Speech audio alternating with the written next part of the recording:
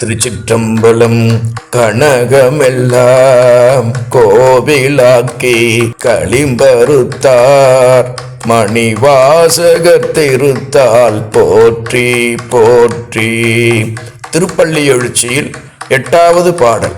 சிவா திருச்சிற்றம். அண்ணாமலைக்கு அரோகரா. முந்திய முதல் நடு இறுதியும் ஆனார் மூவரும் அருகிலர் யாவர் மற்றறிவார். பந்தனை விரலியும் நீயும் நின் அடியார் பழங்குடில் தோறும் எழுந்தருளிய பரனே. செந்தழல் புரை திருமேனியும் காட்டி திருப்பெரும் துறையுரை கோயிலும் காட்டி அந்தணன் ஆவதும் காட்டி வந்தாண்ட ஆரமுதே பள்ளி எழுந்தருளாயே. திருச்சிற்றம்பலம். அருமையான அமுதமே, நல்ல அடியார், அநாகத குமுதமே, எல்லாவற்றிற்கும் முதலும் நடுவும் முடிவும் ஆனவனே, திரு அண்ணாமலையானே, அந்த மாதியே மும்மூர்த்திகளுமே உண்ண அறிய மாட்டாதவனாய் நிற்கின்றார். உலகெல்லாம் உணர்ந்து ஓதற்கரியவன் நீ. உலகத்திற்கு தோற்றமும் இழைத்தலும் ஒடுக்குதலும் ஆகிய முத்தொழில் நிகழ்வதற்கு முந்தைய நிலையிலே இருக்கின்ற ஒருவனாய் பற்றி முந்திய முதல் என்று அடிகளார் கூறுகிறார். பின் தாமே அத்தொழில்களை மூவர்க்கும் வழங்கி அத்தொழில் புரிந்தனராகிய அந்த மும்மூர்த்திகளுக்கும் அறியாதவனாக நிற்கிறார். என்னே உனது திருவிளையாடல் பெருமானே.